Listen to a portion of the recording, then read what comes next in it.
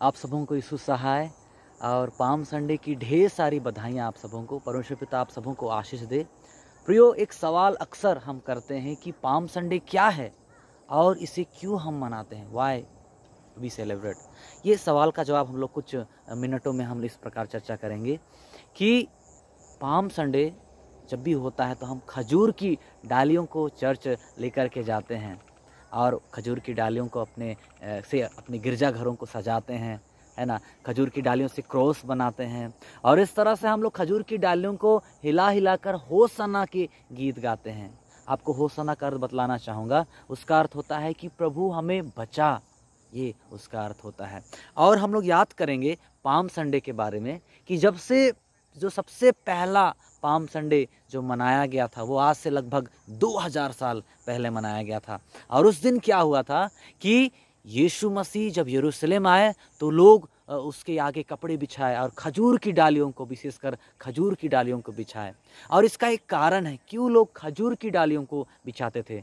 यहूदियों में ऐसा प्रथा थी या ऐसा प्रचलन था, या उन दिनों में ऐसा प्रचलन था कि जब भी कोई राजा विजय होता था, मतलब युद्ध में वो लड़ाई को जीत कर वापस जब अपना महल, अपना घर आता था, तो लोग उसका स्वागत खजूर की डालियों को पकड़ कर ही, उनके पाँवों के आगे खजूर की डालियों को बिछा करके, खजूर की डालियों को हिला करके वो लोग करते थे।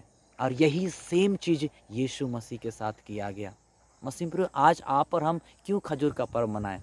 मसीह प्रियो, आपको बतलाना चाहेंगे कि यीशु आपका और मेरा राजा है और उस राजा ने हमें मृत्यु से छुड़ाया है, शैतान को हराया है, मृत्यु को हराया है, पाप के हर एक श्रापों को, हर चीज़ को वो हराया है और तीसरे दिन मृतकों में से जी उठा है और वो युद्ध को जीता है, वो विजय हुआ है।